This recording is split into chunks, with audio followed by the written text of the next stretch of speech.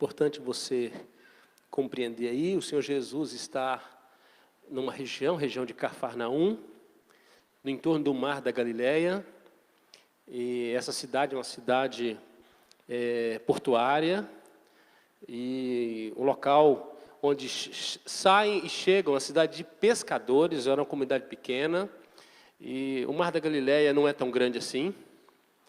Ele, ao todo, ele tem 13 de largura por 17 de comprimento, nos lugares mais extensos. E tudo se desenvolve em torno do Mar da Galileia. Assim, eram as cidades que dependiam da pesca, de toda aquela estrutura ali. Ali havia um movimento político, as polis, as cidades estavam ali.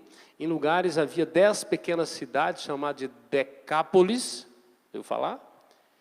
De onde o Gadareno, né, voltou para pregar o Evangelho, sua região, Tiberíades e Cafarnaum. Então, andando por aquelas bandas ali, diz que o Senhor Jesus rodava toda esta Galileia, então é como se ele ficasse dando a volta no Mar da Galileia, realizando um ministério de milagres, de pregação.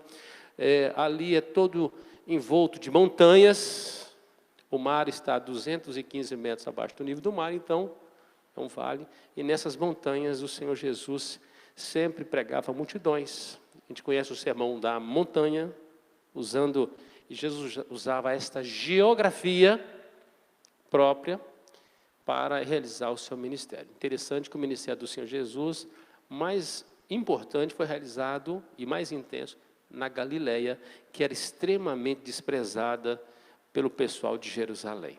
Ali não estava um grande centro, eram pequenos vilarejos e um povo mais distante de Jerusalém. Então, esse é o contexto, e diz que ali havia cobradores de impostos, e nós encontramos este homem que está aí a partir do versículo 27, depois do Senhor Jesus curar, primeiro um leproso, depois um paralítico, diz o seguinte, naquelas andanças ali: passadas essas coisas, saindo, viu um publicano, chamado Levi, também traduzido Mateus, é o mesmo que escreveu o Evangelho de Mateus.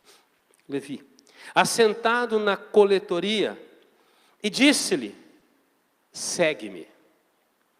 Ele se levantou, e deixando tudo, o seguiu. Então lhe ofereceu Levi um grande banquete em sua casa. E numerosos publicanos e outros estavam com eles à mesa. Os fariseus e seus escribas murmuravam contra os discípulos de Jesus, perguntando: por que comeis e bebeis com os publicanos e pecadores? Respondeu-lhes Jesus: os sãos não precisam de médico, e sim os doentes. Não vim chamar justos, e sim pecadores ao arrependimento. Vamos orar mais uma vez. Pai, nós te louvamos por esta porção da palavra do Senhor. E louvamos o nome do Senhor pela maneira como o Senhor escolhe seus discípulos. Onde eles estão, a despeito de quem são, mas com um propósito específico, Pai. E o Senhor, mais uma vez, o Senhor continua chamando. Que nesta noite a Tua voz ecoe neste lugar. E que nada se confunda, a não ser seja ouvida claramente, de maneira nítida, cristalina, a voz do Senhor sobre nós. Que a Tua palavra cresça, poderosamente prevaleça sobre nós. Nos edifique. Levante aqui um exército que possa sair para o trabalho do Senhor.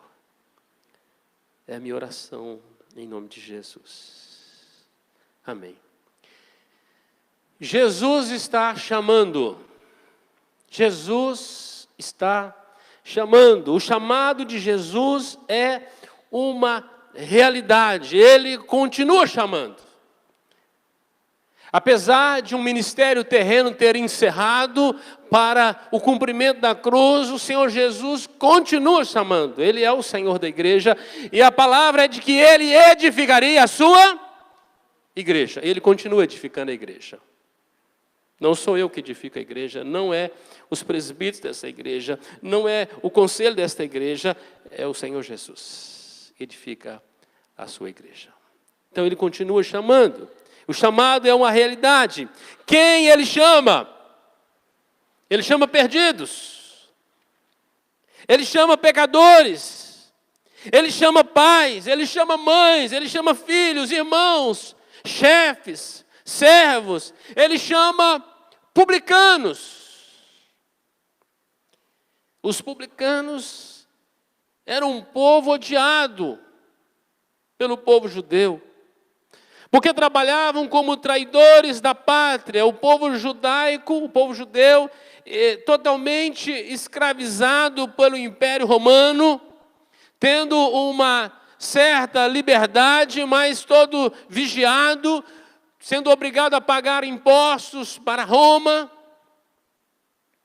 submeter às leis romanas, sentiam-se feridos na sua pátria, porque estando em sua terra, pagavam imposto a uma outra nação. E o pior, gente do próprio sangue, da própria terra, é quem trabalhavam nas coletorias, e quem denunciavam aqueles que não pagavam os seus impostos. Então, eles não eram povo muito amado. Esse povo, ele era rejeitado. Em troca, eles eram beneficiados, porque tinham grandes posses. Eles viviam do espólio da nação judaica. E assim eles eram odiados. Então o Senhor Jesus chama publicanos. Também o Senhor Jesus chama prostitutas, adúlteras, pegas inclusive em flagrante adultério. Ele chama pescadores, ele chama pecadores e pescadores, zelotes, extremamente dedicados na lei, se justificando pela lei, como Saulo. Ele chama discípulos. Mas ele tem em seu chamamento algo singular. Algo singular no seu chamado. Ele chama perdidos para se encontrarem em um reino. Ele não chama cegos para um abismo, ele chama perdidos para serem encontrados. Para um reino. Ele chama pessoas que estão nas trevas, seja da ignorância da sua religiosidade,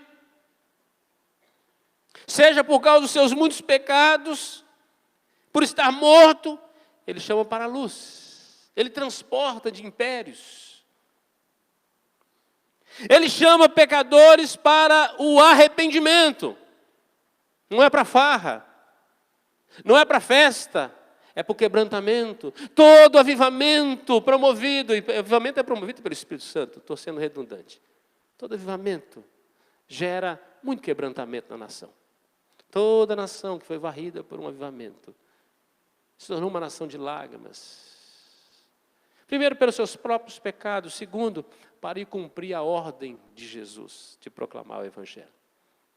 É quando um povo acorda vendo a sua família indo para o inferno e de repente acorda que ele precisa pregar o Evangelho.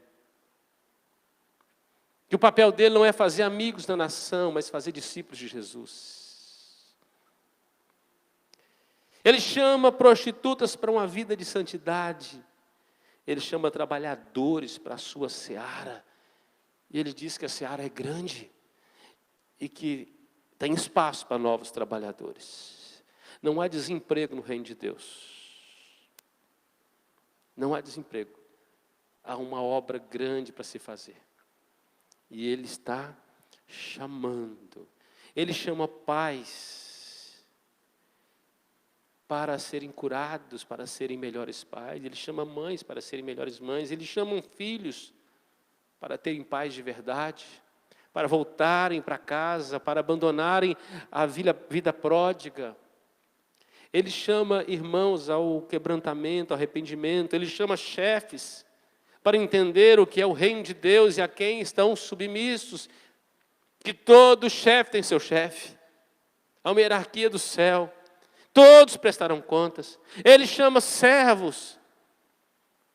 Aqueles que não têm direito na casa do seu patrão, a saber que eles servem um Senhor muito maior, que lhes dará recompensa. Ele chama para uma nova vida. Ele chama discípulos. E o propósito do Senhor Jesus chamar discípulos são dois. Primeiro, o Senhor Jesus, no seu chamamento, Ele chama discípulos para andarem com Ele. Para andarem com Ele. O primeiro chamado de Jesus é para andar com Ele. Você precisa aprender a andar como Jesus anda. Amar como Jesus ama. Ver como Jesus vê. Pisar como Ele pisa, tocar como Ele toca. Amar e fazer todas as coisas como Ele faz. Então o primeiro chamado é para andar com Ele. O segundo é para ir por Ele. Quem não andou com Cristo não tem autonomia, autoridade, nem capacitação para fazê-lo. Primeiro você tem que ter estado com Jesus. Tem que ter tido uma experiência profunda com o Senhor Jesus. O interessante na conversão do apóstolo Paulo, que logo ele quer fazer o que todos os discípulos faziam, e eu não tenho dúvida de que ele já tinha um profundo conhecimento escriturístico, porque ele era de uma tribo especial, formado aos pés de Gamaliel, ele era um zelote quanto à lei, um cara legalista, ele conhecia bastante. E diz que assim que ele passa pelo encontro com Jesus, ele já começa a pregar. Mas a pregação dele é mais problema do que cura, e ele tem que ser afastado, ele precisa sair para ter um tempo com Jesus, e os 12 anos que ele passa, ele é forjado por Jesus, e quando ele volta servindo na igreja de Antioquia, como um homem totalmente transformado. E era notório que quando Paulo está realizando coisas agora, as pessoas sabem que ele esteve com Jesus de fato. Mas agora ele está indo por Jesus. Ele está sendo comissionado por Jesus, porque ele entendeu o chamamento de Jesus. Primeiro, para andar com Ele, depois, para ir por Ele. Não podemos inverter a ordem. O importante, então, é entender é que Jesus está chamando. Então, nosso Jesus não está morto, não está mais pendurado no madeiro, não está preso numa sepultura, Ele está num trono, mas a sua voz ecoa em todos os lugares, e Ele está chamando. Ele está chamando. Nesse texto, Jesus chamou Levi, Mateus, um coletor de impostos, trabalhando a favor de Roma, um publicano. Ele está chamando Mateus. E no chamado de Mateus, a primeira coisa que acontece com Mateus é que Jesus chama Mateus e fala assim, segue-me. Diz que ele abandona tudo. Eu imagino o caixa do lado, o carimbo, né, ali para bater que o cara pagou, canetas, anotações na mesinha. O cara sai. Fica tudo ali. E eu imagino, onde você vai, cara? Recebi um chamado. Cara, mas tem uma fila de gente para pagar impostos ainda. O seu horário de expediente não acabou. Você já imaginou essa cena, né? O que Mateus faz? Diz que ele levanta e sai. Ele ouviu o chamado, ele obedeceu. Para ser seu discípulo, ou para ser discípulo de Jesus, para abandonar sua vida sem propósito, para a missão de sua vida. É por isso que ele saiu. Ele ouviu um chamado para sair da sua vida sem propósito, abandonar aquela vida para a maior aventura da sua história. Então aquilo impacta Porque não é qualquer chamado, é Jesus que está chamando. Não é um chamado para ir logo ali, não é um chamado sem propósito. É o mestre que te chama. É Jesus chamando. Entre as doutrinas reformadas está o chamado eficaz e a graça irresistível. Quando Deus chama em autoridade, todas as coisas cooperam para que essa vontade dele seja cumprida. Ele quebranta o coração, ele joga no chão. E o sujeito não consegue dizer outra coisa a não ser: sim, Senhor, eis-me aqui, envia-me a mim. A despeito de toda a sua história, de todo o tempo que se passava, o profeta Isaías não consegue dizer não para o chamado de Deus. Ele só consegue dizer sim, eis-me aqui, envia-me a mim. Uma vida sem propósito para a maior aventura da sua vida. Eu queria, nesse texto, trazer algumas considerações desta noite para a nossa edificação. Sobre o chamamento de Deus, o chamamento de Jesus. O Senhor Jesus está chamando. O Senhor Jesus está chamando. Preste atenção, é Jesus quem está chamando. Conte para Mateus hoje, dizendo: Mateus, é Jesus quem está chamando. Não foi qualquer pessoa que incomodou Mateus no seu trabalho. Era Jesus.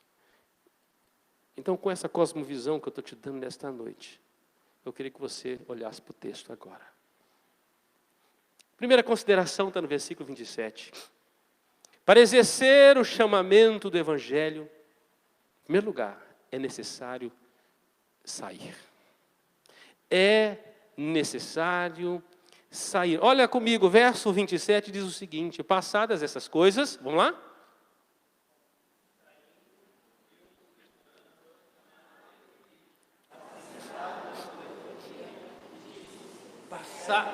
Até aí, verso 27. Segue-me, isto. Passados estas coisas, o que Jesus estava fazendo?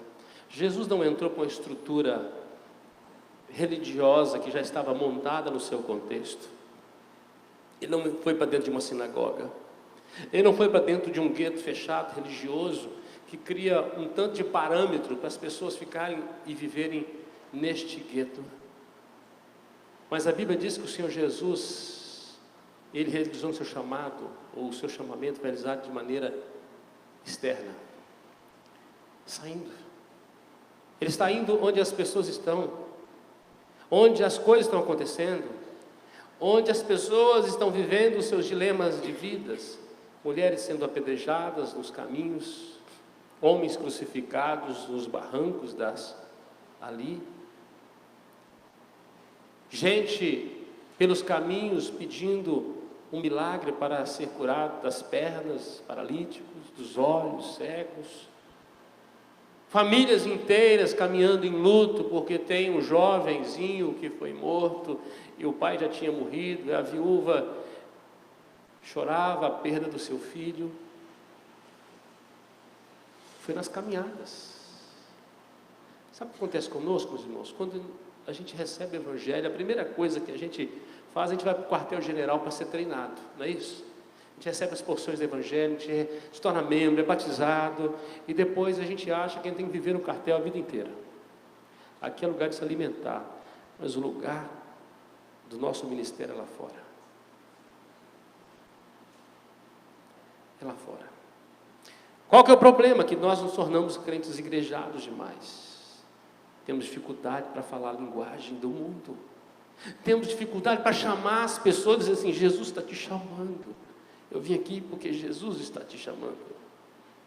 Nós temos dificuldade de nos expor, porque parece que dizer quem você é agora complica a sua reputação. Em primeiro lugar, o chamamento do Senhor acontece quando a gente sai. A gente sai das quatro paredes, das estruturas fechadas. Diz que o Senhor saindo, Ele viu. Ele viu Mateus vivendo o seu dilema. Eu imagino esse homem pensando: eu sou odiado pela minha pátria, eu tenho tudo, mas não tenho nada. Eu vivo uma vida sem propósito. É como aquele rei que estava para morrer, e no seu diário estava escrito: a minha vida é como uma cebola, é só casca, casca, sem propósito, não vivi nada. Estou aqui, eu não sei o que eu estou fazendo aqui. Eu não sei o que eu vivi ainda. Para quem eu vivi? Não é nascer, crescer e morrer. Deus te chamou com um propósito. Um propósito. Dentro das quatro paredes, somos incapazes de ver pecadores e publicanos. Não tem jeito de ver, tem que ser lá fora. É preciso sair, é preciso olhar para os campos do Senhor, que estão brancos. Às vezes nós olhamos para dentro da igreja, mas ela tem salvo aqui. Amém, se tiver só salvo, vai ser muito bom. Então, número significativo, né? E Jesus está nos chamando para olhar para os campos, que estão brancos para a colheita. Tem gente para ser alcançada. É na vida da sociedade que encontramos e temos acesso aos coletores de impostos, às prostitutas, aos chamados de pecadores. Na verdade, todos somos. É no seu trabalho, no seu local de influência, é na sua escola, é lá no comércio. Porque senão passamos a viver uma vida de fariseu. Condena todo mundo que está lá fora, mas vive como um sepulcro caiado por dentro. Não tem vida com Deus e impede dos outros ir a Deus. E cria leis que são barreiras para as pessoas irem a Cristo. O Senhor Jesus rompeu com todos esses paradigmas, meus irmãos. Ele vai junto a um poço, num horário impróprio, que era o horário das mulheres ir buscar água. Ele conversa com a mulher, pior, ele conversa com a mulher que era considerada impura, uma samaritana. Ele entra na história da vida dela, e ele muda a cidade inteira, a partir de uma saída. Uma saída. Tem gente que sai para sair da presença de Deus, mas tem gente que sai para obedecer o chamado de Deus. Para quem hoje eu vou dar a voz de Deus? Jesus está te chamando. Nas ruas, nos bares, na sarjeta estão aqueles que precisam ser chamados. Chamados. Pastor, mas eles estão sujos demais. Como é que te traz para dentro?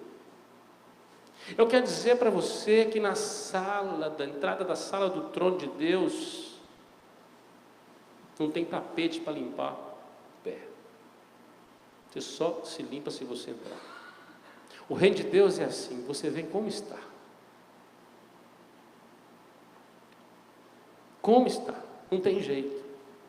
Pastor, mas esse povo é complicado. A gente é interessante que a gente tem um preconceito contra a gente mesmo, né? Porque antes eu era cego, agora eu vejo, chamo todo mundo de cego. Todo mundo cego. Então, primeiro, para exercer o chamamento do Evangelho é necessário sair. Pastor, tem que sair da igreja então? Não estou dizendo para você sair, deixar de ser membro, deixar de congregar. Estou dizendo que você precisa exercer a sua influência lá fora. Você não prova que é crente aqui dentro. Podemos estar na reunião do disfarce, o culto das máscaras, todo mundo aqui com a sua máscara religiosa, mas é no dia a dia lá é que nós precisamos ser quem Deus nos chamou para ser. É lá que o mundo vai nos conhecer, é lá que a nossa luz vai brilhar. E diz que eles vão glorificar a Deus, e nós cantamos aqui: a Deus demos glória. Aqui é fácil, irmão, a gente até chora, emociona, fica arrepiado. Mas será que Deus está recebendo a glória lá? No meu trabalho, na escola, quando eu estou no ônibus, quando eu estou no trânsito, quando eu estou lá no futebol, quando eu estou lá no meio dos meus amigos, quando eu estou na praia, onde eu estou? É lá que eu realizo o chamado do Evangelho. Segunda consideração, versículo 28. Vão comigo, diz assim: ele se levantou. Primeiro Jesus vê, no horário de trabalho, ele encontra com Levi, ele está em plena atividade. Jesus não chama a gente à toa. Discípulo, ele chama quem está ocupado. Jesus não chama quem não tem nada para perder, ele chama quem tem tudo para perder. É quem está muito ocupado. É quem acha que já tem muita coisa, ou que está tão empenhado. Porque o chamado de Jesus não é mais uma coisa na sua vida, é o propósito da sua vida. É a pérola de grande valor, é o tesouro no campo. Em 2013 eu ouvi um testemunho lindo de uma ex-muçulmana que recebeu a Cristo. E quando ela recebeu a Cristo, lá no Egito, ela foi espancada pelo marido, expulsa da família, nunca mais poder ver os filhos.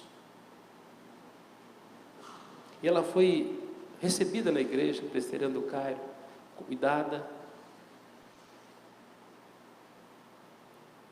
Ela recebeu um outro nome chamado Grace. Grace, como que você está? Você perdeu tudo. Ela falou assim: eu não perdi tudo, eu tenho Jesus hoje. Hoje eu tenho tudo. E seus filhos, e seu esposo. Pastor, eles são muito importantes, mas eles são secundários na minha vida. Eu tinha eles e não tinha nada. Hoje eu tenho Jesus e eu tenho tudo.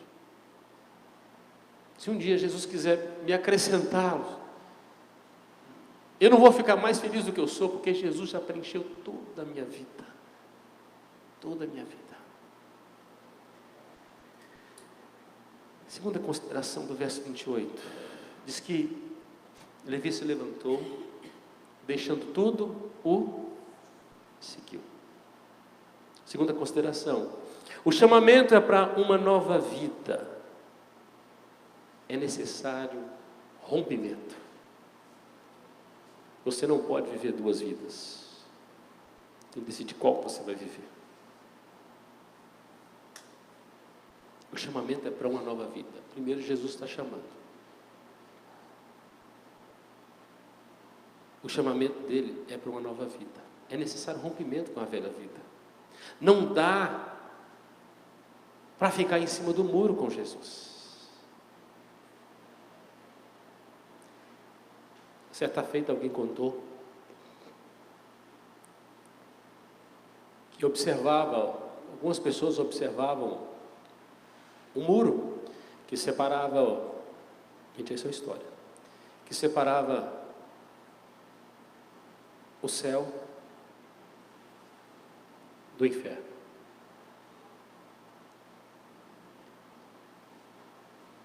E alguém chamava alguém para ir para o outro lado.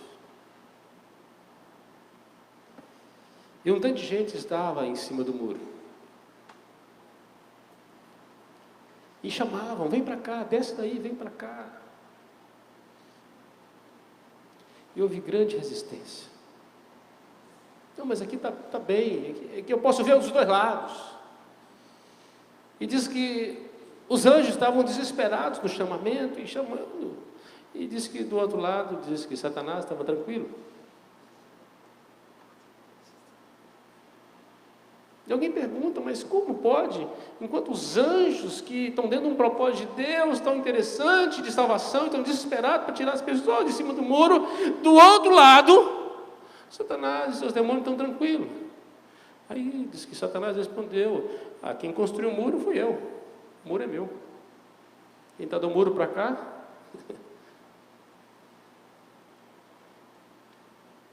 Não existe duas vidas com Deus, só existe uma vida com Ele. Uma nova vida. E Mateus, que abandona tudo, ele podia negociar: olha, eu posso ser um coletor mais justo, eu posso ser... Ele levantou, deixando tudo, o seguiu. Então não se pode acomodar com o chamado, ele é radical. É radical. É para uma nova vida, novas práticas, nova história a ser escrita. Agora o seu nome está, e sua história está sendo redigido no seu tempo, num livro da vida. Nada pode nos prender, é preciso então romper, desapegar. Você não pode ser meio de Deus, quase de Deus.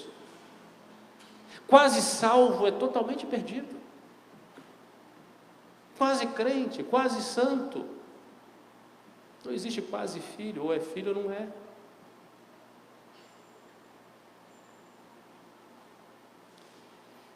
Ninguém pode servir a dois senhores. Mateus fez a sua escolha. Quando encontramos um tesouro no campo, a gente vende tudo para comprar aquele campo. Levi deixou a coletoria, Pedro, Tiago e João deixaram as redes, Moisés deixou o trono do Egito. Ele preferiu ser maltratado com o povo de Deus a usufruir dos prazeres transitórios do pecado.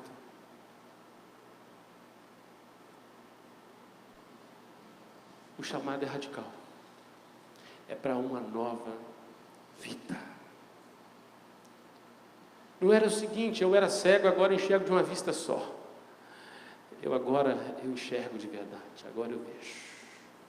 Agora eu vejo. O chamamento é para uma nova vida e é necessário rompimento. Terceiro, versículo 28.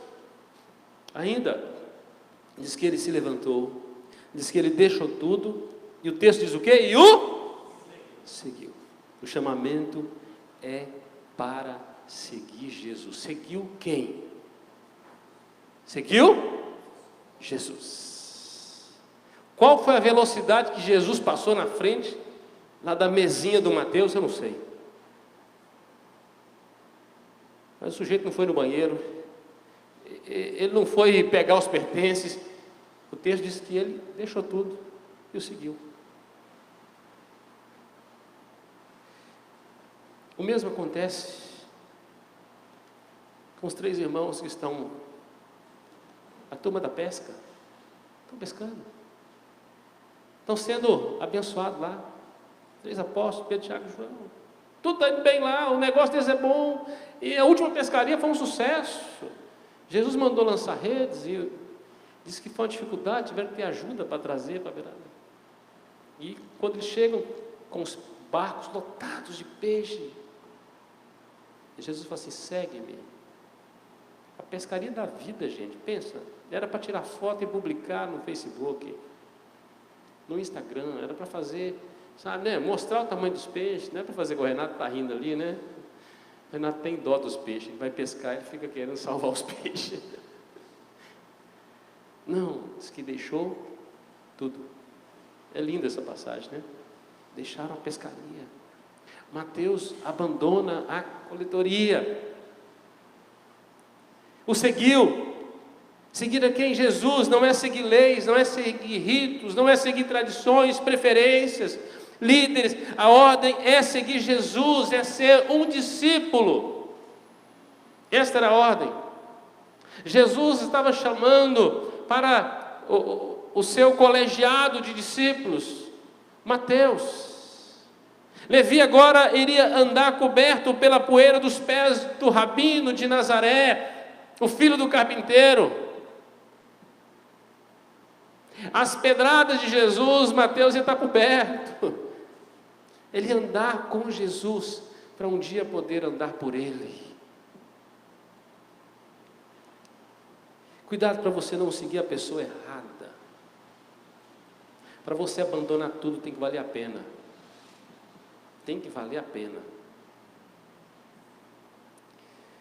quando se prega o evangelho da marcha ré, um evangelho frajudo, não vale a pena abandonar as coisas. Há o evangelho da libertação aí, o evangelho da prosperidade, o evangelho liberal, o evangelho que não leva as pessoas a seguir Jesus. Ele não é evangelho, não é uma boa notícia. Esse não vale a pena você abandonar tudo. Mas se é por Jesus. Então cuidado para não seguir a pessoa errada. Jesus, Ele é o caminho, a verdade e a vida. Se você estiver seguindo Jesus, você chega ao Pai. Esse é o caminho. Cuidado com o seu coração, enquanto você está tomando decisão a quem seguir. Ele é enganoso. Cuidado, você achar, dizendo, estou seguindo o meu coração. Você tem que seguir a quem pode te dar um novo coração. Jesus é o autor e consumador da fé, é olhando para Ele que a gente caminha. Então, a gente sabe a quem a gente está seguindo. Quarto, versículo 29. O chamamento de Jesus deve nos conduzir a levar outros a Jesus. É progressivo. No versículo 29 diz o seguinte, vamos lá? Então lhe ofereceu Levi um grande banquete em sua casa, e numerosos. Então lhe ofereceu Levi o quê? Um grande banquete. O cara falou, eu vou torrar tudo que eu tenho com Jesus. Crente mesquinho aí, né? Levi fez uma lista. Publicano Anderson, publicano Natan, publicano Moisés, publicano Admilson, publicano Vulmar. Tem que chamar meus amigos todos. Quem? Fazendo a chamada. Lista de convidados. Depois que ele esgotou tudo que era a turma da estirpe dele, aí ele falou assim, prostitutas, nossa, tem bastante na esquina ali, os bêbados, os drogados, aquele pai é um mau pai, precisa estar aqui. Fulano é infiel, porque ele não paga os impostos, eu já tive que mandar ele ser açoitado várias vezes. Eu vou chamar para a festa. Você imaginou quantas pessoas que Mateus chamou? Você imagina o nível de gente que estava lá, hein? A gente mesmo. Éramos igual, né? Uma turminha! Deu uma festa. Mateus quer apresentar alguém na festa. Você tem ideia? Primeiro ato de um convertido, alguém que tem um encontro com Jesus, é querer contar para as pessoas o que Jesus fez na sua vida. É dar um testemunho da sua vida. É abrir a sua casa de maneira graciosa e generosa para salvar pessoas. Não um preço que você possa pagar que seja tão alto. Se o custo dela é alcançar alguém. Então Levi abriu o coração a Jesus e se dispôs a segui-lo. Mas Levi também abriu sua casa. Ele abriu as despensas da sua casa. Ele foi na cristaleira e ele tirou tudo que estava lá e ele dispôs para servir. E ele quis celebrar aquele momento, porque Jesus estava na sua casa. Você imagina os amigos de Mateus assim, esse cara nunca deu uma festa dessa para a gente. Poxa, o convidado de honra é muito especial para estar aqui.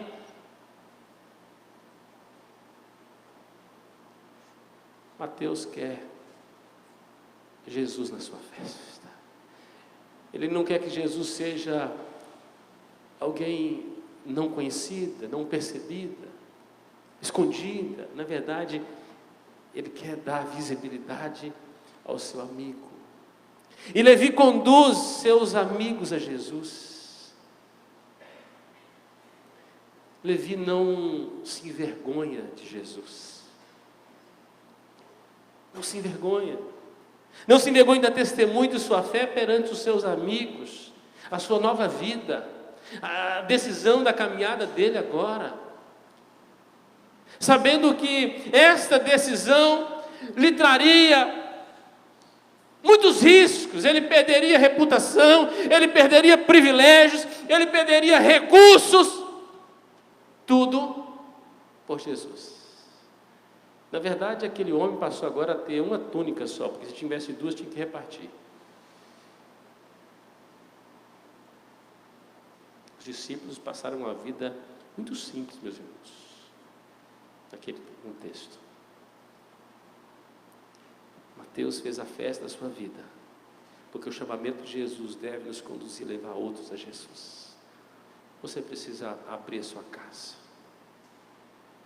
levar os seus amigos e apresentar Jesus.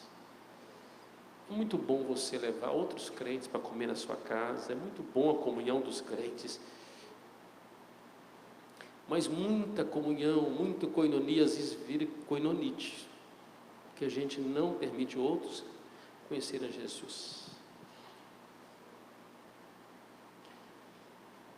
Tente levar para sua casa gente que não ama Deus, que não conhece a Deus, que está cheio de problemas, mas faça na sua casa um lugar para você testemunhar de Jesus. Pastor, mas tem gente que nunca mais vai querer conversar comigo,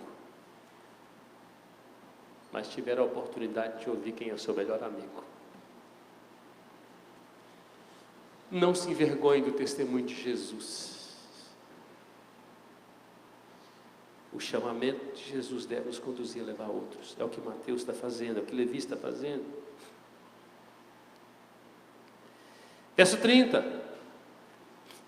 Lê comigo aí, por favor, vamos lá? Os fariseus.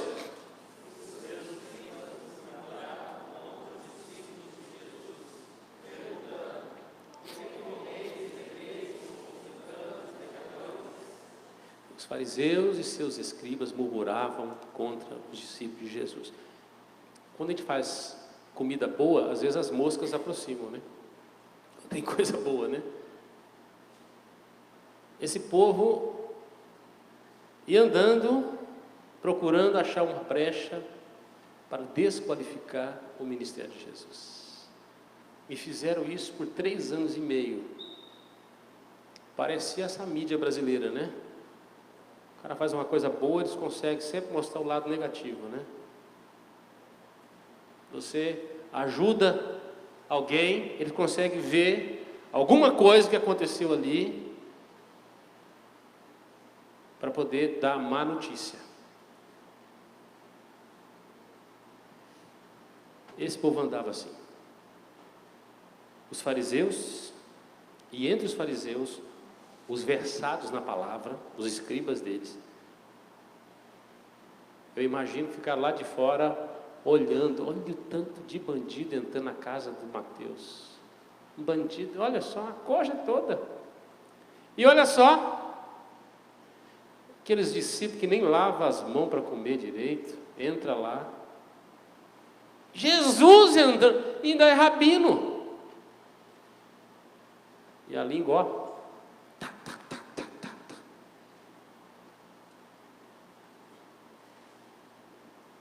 Quinta impressão. Ao chamamento de Jesus sempre surgirão adversários, fora e dentro da igreja. Sempre. Quando Jesus chama, sempre vai surgir, dentro e fora, resistência. Seja no Antigo Testamento, a construção dos muros, Sambalá e Tobias, lembra aí? Lá. Gente que desanima dentro, e gente que ataca por lá de fora, gente que vai minando as pessoas.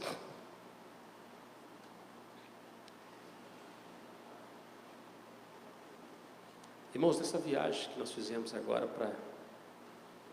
para Turquia e Israel, muitas devocionais especiais, um momento de levar a palavra para alguns corações, muito edificante. Mas durante todos os dias, Satanás pôs uma pessoa no nosso meio para o tempo todo resistir. E o pior, talvez era a que mais conhecia. Sabe o que você trabalhar todos os dias com oposição? A pessoa que podia ser um canal para conduzir as pessoas a Cristo, para abençoar, estava ali. Quando você toma a decisão de seguir Jesus, saiba que haverá resistência. Quando você quer levar pessoas a Cristo, haverá resistência. E alguns vão vão resistir ainda em nome de Deus. Então ao chamamento de Jesus, sempre surgirão adversários. Se juntar um grupo nesta igreja, resolver evangelizar numa favela. Não, aqui não acontece, só acontece nas outras igrejas. Vai levantar um crente para tentar desanimar o grupo. Sempre! Porque o joio anda no meio do trigo. Quem vai fazer essa colheita são os anjos do Senhor Jesus um dia. Sempre vai ter gente. Todas as vezes que você tiver com vontade de fazer a obra de Deus, alguém tentar desanimar, você fala assim: arreda, Satanás, você cogita das coisas dos homens e não de Deus. E persevere em fazer a vontade do Senhor. Continue firme. Todos os dias iam lá tentando desanimar a reconstrução dos muros. Mas diz que Neemias, ele não desistiu.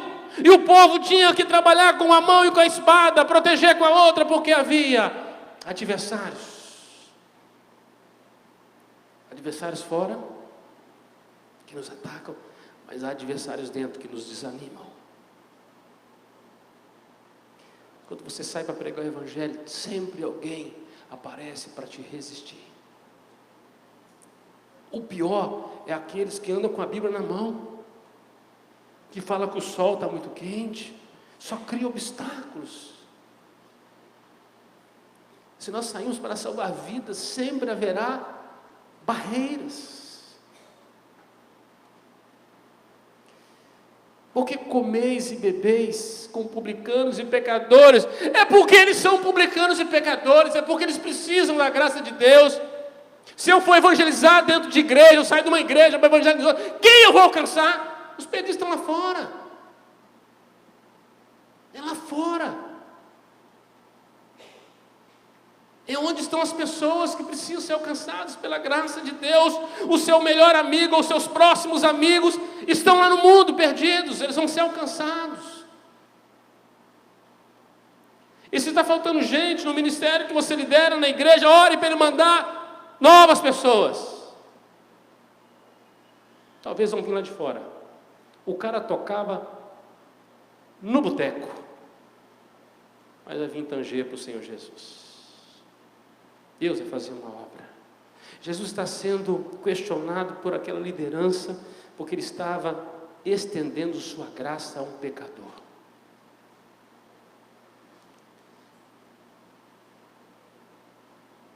Devemos vigiar nosso coração, para não julgar aqueles que estão sendo marginalizados pela sociedade.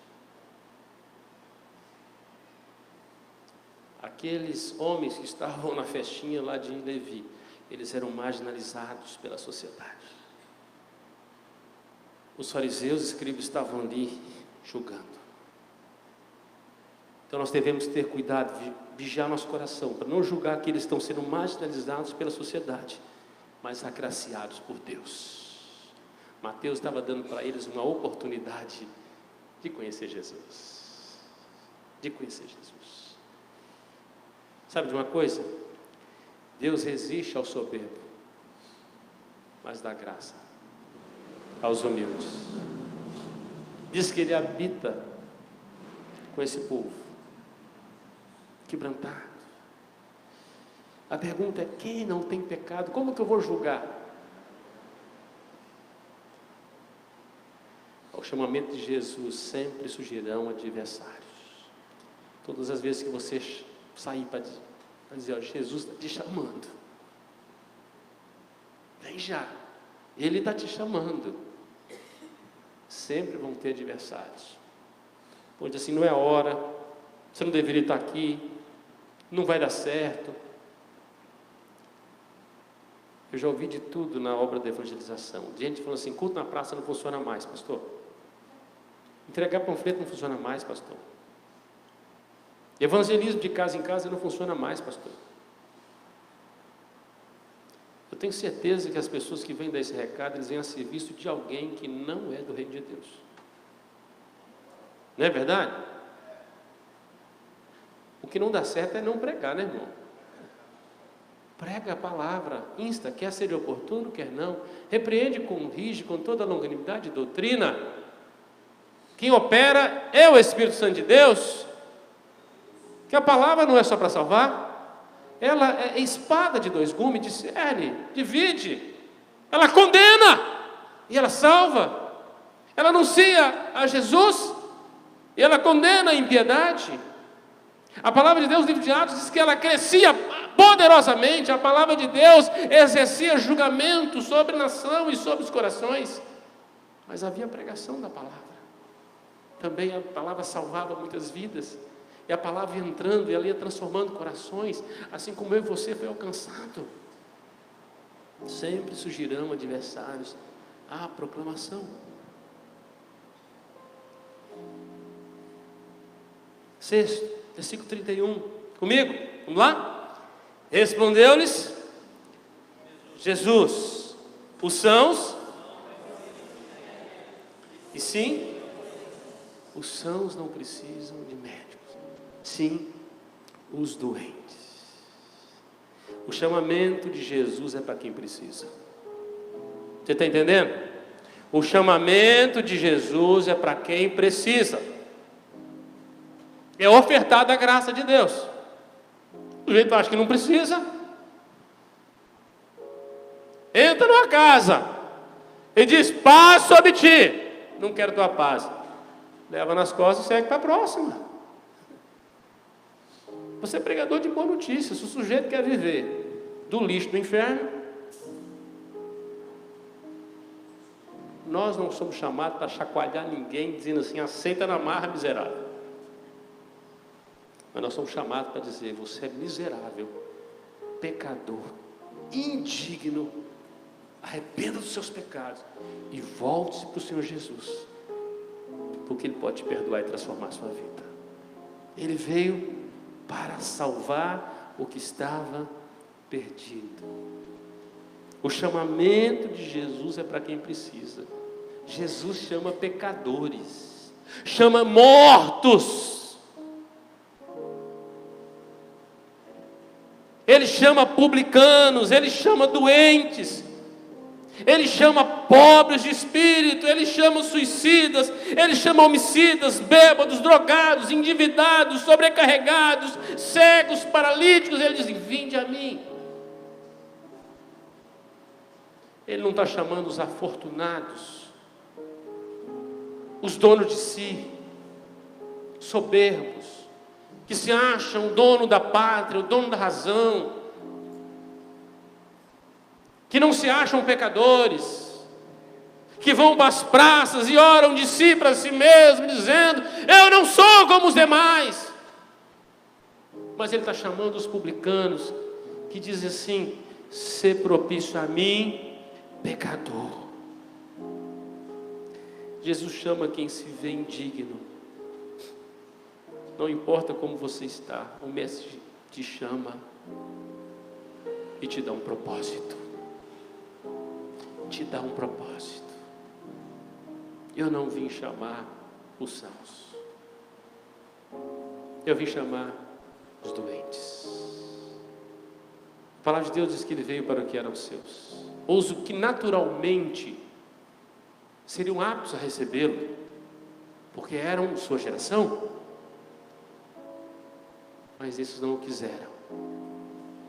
Mas todos que precisavam e o quiseram, deu-lhes o poder de serem feitos filhos de Deus. A Bíblia fala que havia um banquete. E o Senhor daquele banquete mandou chamar convidados. Esses convidados espancaram aqueles que foram convidar. uma, duas vezes, não quiseram participar da grande festa, do grande banquete? É uma parábola, mas o Senhor Jesus diz que o Senhor da festa ficou muito indignado com isso. E então ele diz o seguinte: olha, eu não posso dar uma festa sem convidados. Então vai nas esquinas dos guetos, vai nos lugares e pega os indignos, os doentes, os miseráveis, para que fique cheio a minha sala do banquete. Porque muitos são chamados, mas poucos os escolhidos. 7, versículo 32, comigo, vamos lá? Não vim, e sim, de novo, não vim, e sim pecadores ao arrependimento. O chamado de Jesus é para uma mudança radical de vida. Eu brincava com ele na entrada, ele estava com a camisa geração 180. Eu falei: oh, geração 180, ele, geração 360. Eu falei: 360 não, cara. 360 é para você voltar para a velha vida, é 180 mesmo. É uma mudança de vida. Arrependimento é uma mudança de vida. Você estava indo para o sul e o sul é perigoso, você converteu, você volta para o norte, porque lá é um lugar bom, é uma mudança. É das trevas para a luz, é da morte para a vida, da pescaria de peixes para a pescaria de almas, de perseguidor para apóstolo, de perseguidor para apóstolo, de publicano, com Levi, para apóstolo, de perdido, como Zaqueu, outro publicano, para ser parte da família de Abraão, salvo, de imundo para santo. Então Jesus exige de nós uma metanoia, uma mudança de mente, de pensamento, de prática, de crença, de vida. Romanos 12, 1 e 2, rogo-vos, pois, pelas misericórdias de Deus, que apresentei os vossos corpos, sacrifício vivo, santo e agradável a Deus. E não vos conformeis com esse século, mas transformai-vos pela mudança de mente de vocês. Então vocês vão experimentar qual é a boa, perfeita e agradável vontade de Deus. Mudança. Provérbios 28, 13, o que encobre as suas transgressões jamais prosperará, mas o que confessa e deixa alcança a misericórdia. Uma mudança de vida. Inclusive esse último verso foi uma dinamite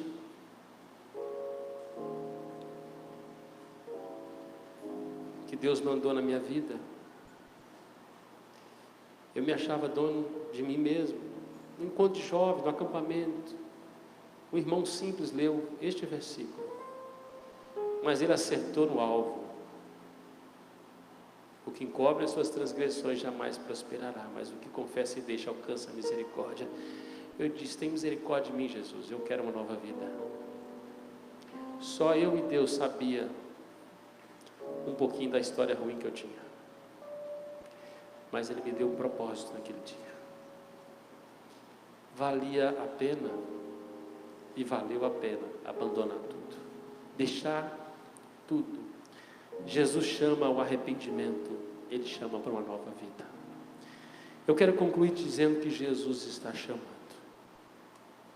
Ouça a voz do bom pastor que te chama. Primeiro Ele te chama para você andar com Ele, mas Ele também te chama para você ir por Ele. É o chamamento do Evangelho. É necessário sair do comodismo, do ostracismo, da zona de conforto, e ver que tem parentes seus que ainda não conhecem a Jesus, e o privilégio é seu. Os anjos queriam fazer, mas o privilégio é seu. A não salvação deles também é culpa sua. Porque você tem hoje a oportunidade, enquanto há vida, de pregar a eles. Há uma geração perdida. Nós oramos hoje. E você pode chegar mais cedo todo domingo. 6h20, 6h30, nós estamos orando aqui no templo, um templo de intercessão. Nós oramos hoje pela cidade.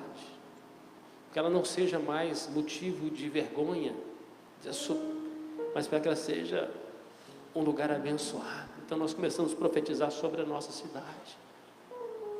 Então, a melhor profecia é a pregação do Evangelho.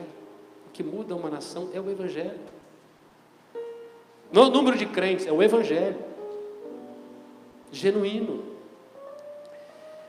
Renda-se hoje a Jesus, entregue-se a Jesus, confesse arrependidamente os seus pecados. Pastor, já sou crente, mas você se arrependeu verdadeiramente dos seus pecados?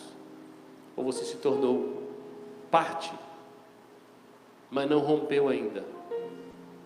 Arrependimento é total mudança. Se você tem uma vida secreta sem Deus, eu não conheço sua vida, mas Deus conhece. Ele te chama.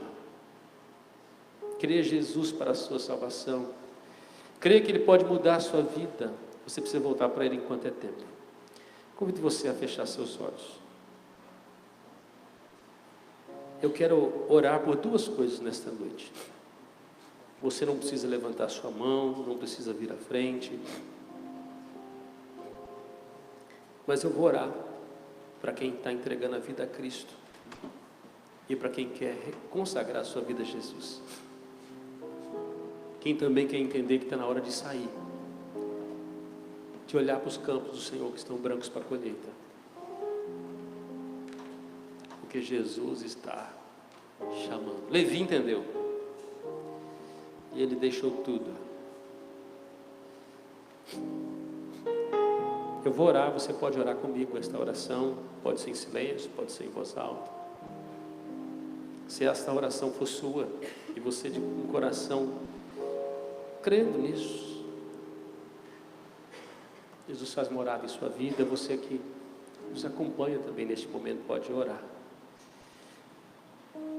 Senhor Jesus, eu tenho andado em caminhos tortuosos. Eu sou um pecador,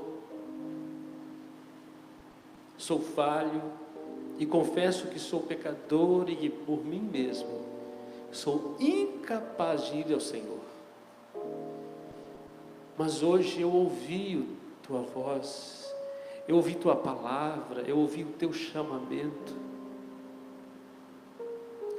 Eu quero ter uma nova vida, por isso eu confesso os meus pecados. Eu peço que o Senhor possa limpar todos os meus pecados. Eu creio que Jesus Cristo, o Filho de Deus, morreu para me salvar, para perdoar os meus pecados, para me dar uma nova vida e um novo propósito. Por isso eu me rendo ao Senhor Jesus, para que seja o meu Salvador, para que seja o meu Senhor. Confesso meus pecados e dedico a minha vida ao Senhor. Também oramos nesta noite. Senhor Jesus, nós consagramos nossa vida a Ti. Eu consagro minha vida a Ti. Eu que conheço o Evangelho do Senhor, mas não tenho andado conforme a Tua palavra. Eu não rompi de todo. Eu não deixei tudo. Mas nesta noite eu entendi o chamamento do Senhor. E eu deixo tudo no altar. Eu deixo a coletoria, eu deixo a prostituição, eu deixo a vida ruim, eu deixo a vida de um mau pai, de uma má mãe, de um mau filho, de um mau irmão, de um mau servo, de um mau patrão. Eu deixo as drogas, eu deixo o álcool, eu deixo os vícios. Eu deixo toda a fortaleza do maligno que me prendia até hoje, Eu confesso que eu preciso da ajuda do Teu Espírito para caminhar. Que o Senhor possa derramar sobre mim do Teu Espírito nesta noite, me libertar e me trazer para a obediência do propósito do Senhor. Pai, assim eu oro, Deus, em consonância com os irmãos que oram comigo, que estão aqui e que nos acompanham pela transmissão, porque entendemos que nesta noite é uma noite que o Senhor chama, que o Senhor chama publicanos, pecadores, prostitutas, pais, mães, irmãos, filhos, gente indigna, Senhor. Nós somos para receber o selo do Teu amor, a dignidade de um filho, para receber vestes novas, sandálias novas, anel no dedo, porque pródigos já fomos, mas hoje somos filhos e filhos amados do Senhor. Obrigado por Teu amor para conosco, por Tua palavra, que fundamenta a nossa fé, que alicerça a nossa vida e que nos impulsiona para uma caminhada vitoriosa. Nós Te louvamos por isso, Senhor, e pedimos Tua bênção sobre cada irmão e irmã que de maneira arrependida dos seus pecados decidiram uma nova vida.